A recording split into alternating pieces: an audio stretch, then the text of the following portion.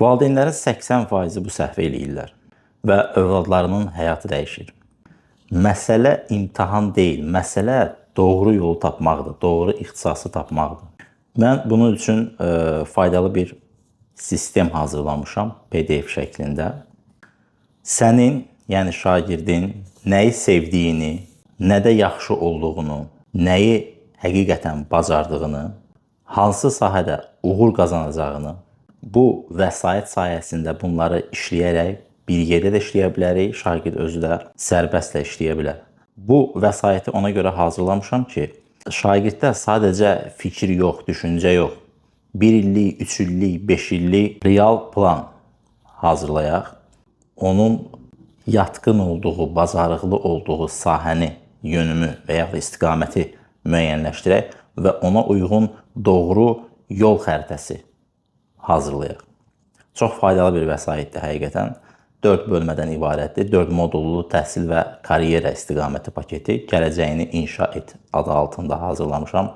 Həqiqətən faydalı bir öz vəsaitimi tərifləmək kimi olmasın.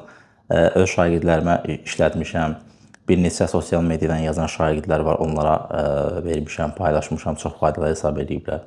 İxtisas seçimi deyəndə burada kodlaşdırmanı nəzərdə tutmuram. Kodlaşdırma, yəni universitetdə ixtisas seçimi o avqust ayında olur. 11-ci siniflər imtahanın blok imtahanında bitirib ümumi balın müəyyənləşəndən sonra.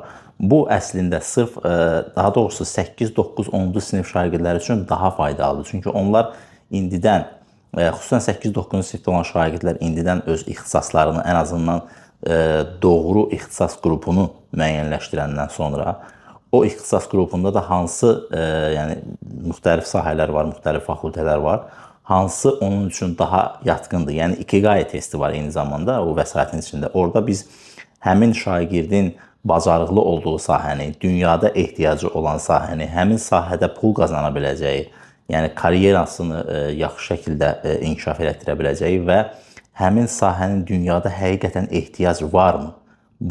Bu 4 belə deyək də çoxluğun kəsişməsini tapandan sonra insan həyatda həm daha uğurlu olur, həm sevdiyi ixtisasla məşğul olmuş olur, yorulmadan həm daha yaxşı maddi qazanc əldə etmiş olur, həm də insanlara və dünyaya faydalı iş görmüş olur.